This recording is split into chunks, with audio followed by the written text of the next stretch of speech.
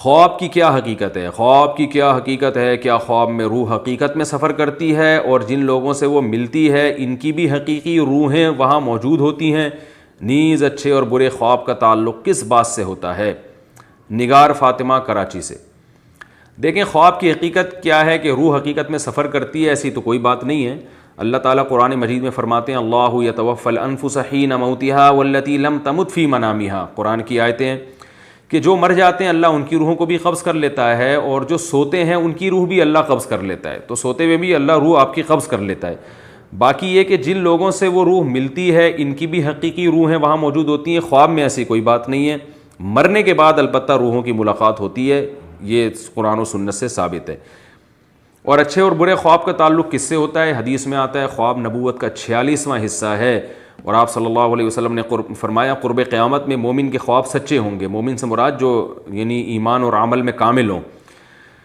تو خواب میں اس بات کا امکان ہوتا ہے کہ اللہ کی طرف سے ہو، اس بات کا بھی امکان ہوتا ہے کہ شیطان کی طرف سے ہو، دونوں امکانات ہوتے ہیں۔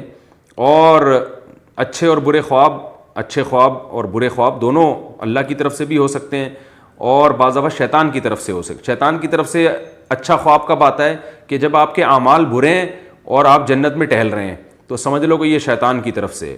اور اگر آپ کے اعمال اچھے ہیں اور آپ جہنم میں گھوم رہے ہیں تو بھی سمجھ لیں کہ شیطان کی طرف سے۔